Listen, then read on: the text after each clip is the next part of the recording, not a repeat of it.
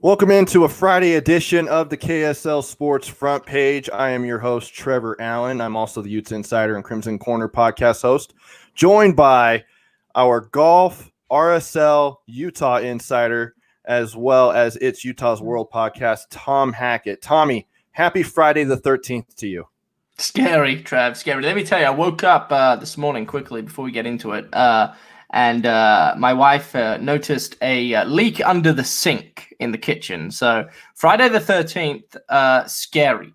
You wake up and you've got a leak under your sink and you then realize it's Friday the 13th. That is problematic. And then on top of all that, you realize you are still in the nightmare that is 2020. I mean, I don't want to wish that upon my worst enemies. That was frightening. Well, obviously, best wishes out to you and your sink and trying to get that thing fixed. But thank you.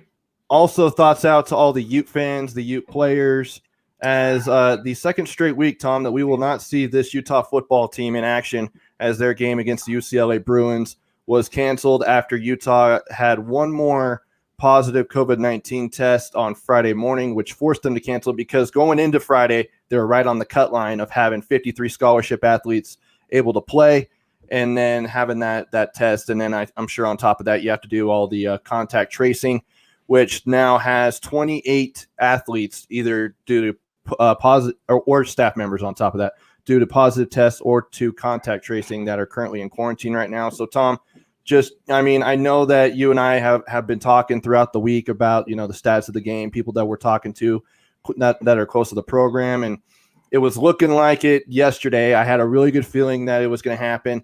The Utes were supposed to hop on a plane today to go to Pasadena. Obviously didn't happen, but it kind of just came down to one test, it sounded like, for this to happen. Yeah. Boy, where do you want to start? Something has to be happening up on the hill. I mean, I just have such a hard time kind of wrapping my head around 2 consecutive games. That to me is certainly caution for concern if I'm any leader up there at the University of Utah. But, because it was just like the summertime, they were testing, albeit not as much, but a couple positive tests here or there. Next thing you know, we're 2 weeks into what should be the season, and we haven't played a game yet. Utah hasn't stepped foot on a field, and they've got a lot of cases. It's not just a handful. It's they have enough. 53 is the cutoff. And I think you get I think 82, if I'm not mistaken. I'm just, it's off the top of my head. I'd have to go back and look, but it's somewhere around 80 scholarship players on a football team. So I mean, that's a significant amount of scholarship athletes that are not able. And then what's more concerning, Trev, is Mark Harlan spoke to members of the media this afternoon. You and I were on the court 2:30, and he believes that, speaking to experts, they've come to the assumption that a lot of the cases that are coming into just the athletic department as a whole, but specifically the football team, are coming from the community. So he doesn't believe that despite practice being occurring, he's pretty adamant. It seems like the community is what's causing a lot of the spread within the football program, which is just really disappointing. Do you remember in April, June, maybe July, there were those market campaigns where it's hey, if you want to see football this year, wear a mask. Yeah, I don't know if people, I don't think people listened. Is that fair to say now that I don't think people listened to those market campaigns? I can't even remember where they were coming from either, by the way. But. Well, I think it came from the state of Utah and things like that. I'm not 100% sure either, but yeah, I mean, Tom, after 3,900 cases yesterday. And then what were we at? 2,200 today. It just seems like we're not, obviously 2,200 is less than 3,900, but, just seeing where we're at right now with this case and it's not even just in this state. I mean, I know many other states are going through it, but we are one of the hot spots right now. And as you and I have talked about plenty of times on here and other outlets, you can't really contain college students that much, especially when you have a brand new team with a ton of freshmen, a ton of sophomores. These guys are still trying to figure everything out. And I'm not saying all of them are running around reckless and not wearing masks. It's just, you go to one little group gathering and that's all it takes. And that's all, and that's all we're seeing of what it takes, Tom. And no, people have not been taking that seriously as far as, if you want to watch football this year, wear your masks. I mean, it obviously shows with our numbers and how Utah has not been able to play, but it just sucks. I mean, for 2 weeks in a row now, I mean, I dread Fridays now. Normally I'm looking forward to Fridays. Now I dread them because I don't know if I'm going to be covering, a Utah football game coming up on the weekend. And now, Tom, can you guess how many days it'll be when say that Utah, and I'm knocking on wood here right now, say that Utah and USC end up playing next Saturday at Rice-Eccles Stadium. How can you guess how many days it will have been since Utah last played a football game? Well, there are 365 days in a year. It's been less than that. They played in they played on New Year's Eve, didn't they? So yeah, in Texas. Oh, if only my math was better. I guess I'm going to say like 300. It's been 321 days. You're really close for not doing your math. I Googled it because I'm not going to do the math on the fly. 326 days. Okay, I was a couple days off. That's a very long time of not playing a game. It's been a long time. This is what I'll tell fans out there that are watching this. And by the way, if you are, feel free to comment. We can see all of them come through, no matter the platform you're watching this video on. But this is what I do. So just put yourself in the minds of the players that are doing everything they can to play. Because I can't speak on behalf of the playing group, although I do speak to a number of them still. I don't know if the entire playing group is being as cautious as one another, right? But I do know that the majority of the football team is doing everything they can. Put yourself into the kind of the minds of those guys, the guys that are they're preparing every week. Like the last 2 weeks, Trev, they've been in the facility. I mean, the testing resume is pretty extreme as is, and then they're exercising more energy towards practice and tape, getting in the film room and making sure your body's in, all the rehab that goes along with it. I mean, that they are exercising so much energy towards something that is a waste of time at the end of a week. So fans should be upset. And you guys have a right to be upset. I'm not saying don't be, but my goodness, I mean, I just feel more so for these players that are just pouring everything into it, and they only have so much control, Trev. I mean, if Mark Harlan's out there saying that a lot of this, sorry, that's little Freddie below me. Hey, what it does, it actually brings a little zing to this broadcast. A little Christmas cheer. He's just goes a little Santa bell. Anyway, what I was getting at quickly is the players don't have a ton of control. If a lot of the spread's coming from the community, then my goodness, I mean, the playing group really doesn't have much control at all, does it? No, they really don't. And Tom, something that I wanted to bring up to you, and this might come back towards, and I know it's kind of a gray area with when the conference announced they were going to come back. College football was going to come back in the conference. And then they put all these protocols in place. And a lot of that goes with the daily testing. And not only is Utah doing the antigen testing, they're also doing the PCR testing. So they're doing 2 different tests a week now, especially since they had to cancel the game against the Arizona Wildcats a week ago. And so, something that came up, and, I've actually got the tweet up right here from Utah O-lineman Nick Ford. He didn't test positive for the virus, but he was, around someone who did have it. And he did 8 days of testing, 20 plus negative tests, and LA County wasn't going to let him play on Saturday had the game been allowed to be played. I do want to add, because you just kind of triggered my memory. So if you're exposed to COVID in Utah, you must quarantine yourself for 7 days, I believe. Mm-hmm. LA County's 10 days. So if the game had been played in Utah, the Utes, I don't know if they had enough numbers to get them over the line, but they certainly had players that could have played in Utah that weren't able to travel to UCLA. So that's kind of what Ford is referring to there is in LA County, you must quarantine for 10 days. Utah it's 7 days. And so, but I kind of get his frustration. But at the end of the day, like I don't know if anybody out there's come to a conclusion when it comes to like just how many days after you've been exposed until you start to show symptoms. I don't know if people out there realize that. I think they say like 7 or 14. I mean, it's very vague. Yeah. So every county, every little state has their own regulations. But I just think if you get tested as frequently as these players do, I think maybe there should be a little bit of leeway. But, don't jump down my throat because I'm no doctor. So I don't really know. That's just a guesstimate. I want to ask you, just off the top, Utah, USC, I'm going to put the amount of targeting calls on Utah at 3.5. You taking the over or the under? I'm taking the over. I am too. Because these guys are going to be really ticked off. They're going to be ready to fire. And I don't know if it's going to be a good thing or a bad thing, but it sounds like these players are pretty ticked off, as they should, because for the most part, Tom, a lot of them are being careful. They're distancing.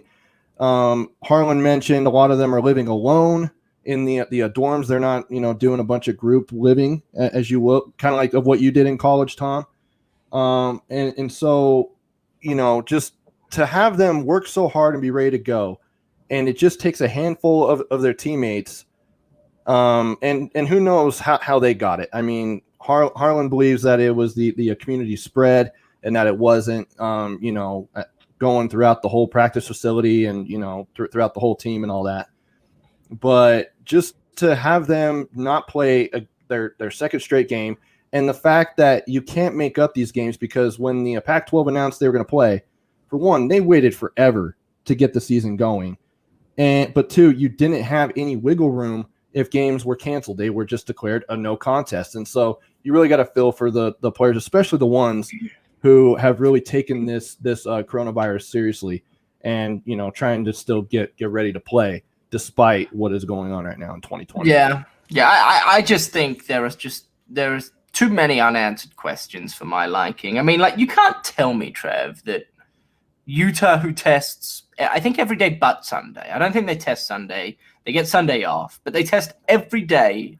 Well, now they will be on Sunday. They will, because they're right now shutting down practices. So they are going to test over the weekend, and then hopefully Sunday, if they get kind of like what they did with the Arizona cancellation, Saturday, Sunday, they'll end up testing and then going from there as far as being able to practice on Monday. But yeah, carry on. Well, okay, so that even better, it proves kind of my point even more so. Let's just say, okay, they're testing every single day. BYU, just down the road, 45 minutes away, where the cases are still quite high, mind you. Maybe they're not quite as high as what they are in Salt Lake. I don't know. I don't have the numbers. But they test 3 times a week, Trevor, and they've had 1 cancellation. They're 8-0. They could well be Aggies. The Aggies only test three times a week, and they had 3 weeks to get ready for their season, and they haven't had a cancellation yet. Like that's what I'm saying. Like, something fishy. Like, it just doesn't make sense to me. So either and I doubt this is the case, BYU and Utah State are being, I don't know, reckless with that, and that's not. I just don't think that's the case. But what I'm starting to think now that there are players on Utah's team that are being reckless. Like something's going on. I don't know, Halloween parties, too big at gatherings. Like, there is something going on the Hill that is not being talked about by members of the media, because either they don't know or they do and they're too scared to talk about, one of the two. But something is going on. It doesn't make sense. Yeah. That's why I'm just like, there are too many questions, too many unanswered questions. So where do we go from here now? It sounds like Harlan mentioned today that, because someone asked him if he was thinking about shutting down the season now that 2 games are done. Utah still has a chance to have 5 games, potentially 6 if they're able to make it to a bowl game. Because there isn't a minimum number of games that you have to win in order to be bowl eligible this year. It kind of goes with 2020. You can be 0-5 and still make it to a bowl game, but where do they go from here? I mean, you've got to imagine the mindset of these players are just drained because they, were already let down last Friday, and then they were amped up, ready to go, and then same thing happens Friday, and now they're stepping in to face a team potentially, if everything goes well, against a team who is picked to win the South. Yeah. Well, it's also probably worth noting that if Utah had have suited up for the game against UCLA, I mean, there's a good chance that's a blowout in favor of UCLA. I mean, like, Utah was depleted, Trev. I have a really hard time believing that, Tom, because the Bruins defense is atrocious. I mean, they let Colorado score 48 points on them. I honestly thought it would have just been a absolute shootout, both teams, because from what we're understanding is that, I mean, it's actually hard to say, though, to be honest with you, because say that, obviously you want to have your starting left tackle, but we know how much depth is on Utah's offense. So I feel like they would have been better even if they did have some guys on the offensive side of the ball missing games due to COVID-19 compared to playing on defense, because we know how spread thin they are right now. Sure. I'm still going to stand by my word. I think Utah gets blown out. Maybe they keep it interesting for a couple quarters, but I just think Utah was too depleted. And I don't really want to go into specifics like who was available and who wasn't, but I mean, there just weren't that many people available. Let's just put it that way. Right now, we only know one because no one else has tweeted out. So we only know Nick Ford. And, there really isn't any point anyway by pointing out who is in or who is out, because it is what it is anyway. I mean, it doesn't really make any kind of a difference. But I will say, though, I actually think it's probably better off anyway, because Utah going into that game against the Bruins, Kyle Whittingham was talking about having to get scout team guys and walk-ons first team reps. No, I'm telling you, Trevor, they were depleted. Yeah. So they especially had at two different position groups, Kyle Whittingham said. Yeah, they had one available quarterback. And, really? And yeah, that's it. So if that quarterback got injured, I mean, your guess is as good as mine as to who jumps in. Ben Lennon. just run the read option. Just run it. Oh, I would say if a Britton Covey was healthy, and didn't get COVID, then I believe Britton Covey would have been the quarterback after. I mean, your guess is as good as mine. I don't know, but I mean, yeah, they were in some strife. So it's interesting. I'm just saddened, I guess, is kind of where I'm at the minute. It's Friday. I think, Trev, everybody deserves pizza for dinner tonight.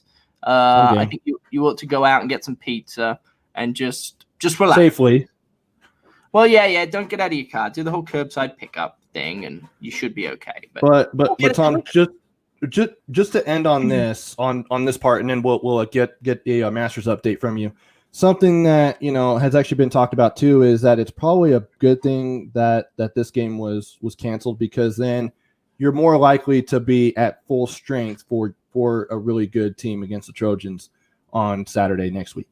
I guess it just all depends, doesn't it, on where the cases were when they tested positive, because if it's like a 10-day quarantine, is it not? So is it 10 days or 2 weeks now? 10 days, I believe, for those who are positive, and then the contact tracing, I think, is a week, right? Yeah. So, okay, 10 days. So if you tested positive prior to 10 days, then yeah, you're looking pretty good. But I don't know the breakdown of when certain players tested positive. If if it was towards the latter end of this week, then they're not going to be available. Well, Witt said that he said on Monday that they had a rash of positive cases. So rash, I'm guessing multiple on Friday of last week. And then Harlan said that they had a couple on Monday, didn't have any on Tuesday, Wednesday, Thursday of this week. And then today they had one. Yeah. So, well, look, if I'm Utah, if I'm Coach Witt and I'm Utah, I am doing everything in my power to just get these kids under control. And I'm not saying that they're out there kind of gathering in large groups, super spreading the virus. I don't know. But like, if you test negative and you're allowed into the facility, just wear a mask anyway. Just wear a mask. Okay? Like anything, just go straight home. have your better half or your girlfriend or whoever go do the grocery shopping, whatever. Just go home facility. And then I guess just do whatever you're into. Pray, think about it a lot, just hope for the best. And, Tom, as silly as it sounds, I want to make sure that I'm able to go up to Rice Eccles Stadium when that time comes to be able to cover the games for KSLSports.com. So I've kind of done my own self-quarantine where I'm not doing any family gatherings or anything like that. I'm staying home and I'm not leaving the house much. Yeah, no, I'm right there with you. I am hanging out, ordering pizza, going to pick it up, trying to figure out if my 8.5-month-old son actually has a cough or if he's figured out how to cough and he's faking it. That ain't fun, let me tell you. Those are always the best times, trying to figure out whether or not your kid's faking it. Because once they figure out what faking it is and what it gets them, it's game over, man. It's game over. But Tom, just before we get out of here, can you give us a Masters update with Tony Finau, Mike Weir, and what's going on in Augusta? Yeah, so there was a weather delay on Thursday morning, so about 3 hours. So they got off to a late start. So Mike Weir and Tony Finau were in the middle of their second round when play ended not that long ago, actually, probably 45-odd minutes ago. And so they will pick it up 5 o'clock Mountain Time tomorrow, and they'll walk back out to the course where their ball laid and play from there. So I believe right now the cut line's tinkering between 1 under and even par. Mike Weir's 1 over par, so he needs a few birdies to secure his place for the weekend. And Tony's at 1 under par after starting the day at 3 under. So through 12 holes, he's at +2, which is not promising. He needs to figure out a way to get back on that birdie train if he's hoping to secure a spot for the weekend. They changed the cut line this year at the Masters. It used to be if you were within 10 shots of the lead, you qualified for Saturday and Sunday. But now it's the top 50 players on the leaderboard plus ties. So if you're in a tie for 50th, you're included. And I think right now, as it stands, Tony's in a tie for 45th. Yeah. And Mike Weir's in 61st. So that's kind of where those two got to do some climbing. Yeah, they got to figure something out. Mike Weir in particular. And then there's a trio of guys or a handful of guys. Quadruple. Abraham Answer, Cam Smith, Justin Thomas, and DJ are all tied atop the leaderboard. They are at 9 under. So, look, there's work to be done for the local lads out of Utah if they hope to make some hay over the weekend. Tony Finau's 8 shots right now off. Does Tony or Mike Weir make the cut? I don't think Mike does. I do think Tony does. What's so disappointing about Tony's second round is the scoring conditions right now at Augusta National are pretty good. Like the fairways and greens are slow, so you can actually attack pins that when it's normally played in March or April you can't do because it's a much firmer putting surface. So these are lower scores than what we normally see at Augusta National. And for Tony to be +2 through 12 it's not ideal. I mean, Mike Weir was never going to win it. Let's be frank. He's well past his prime. Tony was by far the best bet out of Utah, and today was a big day for him because he started at 3 under. The leader, I think, started at 7 under. So I mean, he's only 4 shots back. If he has a good round, he's all of a sudden in contention heading into the weekend. But he hasn't done that yet. 7 holes remaining though, so optimistic signs, Trev. Follow along all weekend long as Tom Hackett and KSL Sports will give you updates at Tom Can't Hackett on Twitter and at KSL Sports on all the social platforms. And then also coming up tomorrow morning, College Game Day is going to be at Augusta National. Yeah. I don't know how many college football games they're able to talk about because I think like 14 of them are now canceled or postponed because of COVID. So it'll be interesting. I read something that said that there was 360 games originally scheduled for this weekend, and they're down to like 300 something. Like they're and I assume that's like one. I can actually pull it up here. I know exactly who you're talking about. I think Sports Illustrated or someone like that did a piece. Yeah, Ross. But there was like that's like 60 games that have been canceled due to COVID-19 in one. Okay, here we go. So this was as of 3 hours ago. which we knew about the Utah cancellation. Total games scheduled, 376. Okay. Games played, 314. Games canceled or postponed, 62. Games that have been made up, 5. Games impacted, 16.4%. It does not include those scheduled for this weekend, and 15 this week have been canceled, which is a season high. That is. Wow. Stay safe, Trev. You as well, Tommy. I was hoping that we'd be able to connect, but obviously we can't right now because everything is skyrocketing right now. But hopefully you and your family stay safe, and thank you so much for jumping on the KSL Sports front page. All right, my man. Send my love to your family as well. All right, that'll do it. Make sure you guys tune in on Monday at 4 o'clock as we'll have another edition of the KSL Sports front page. It's powered by KSLSports.com.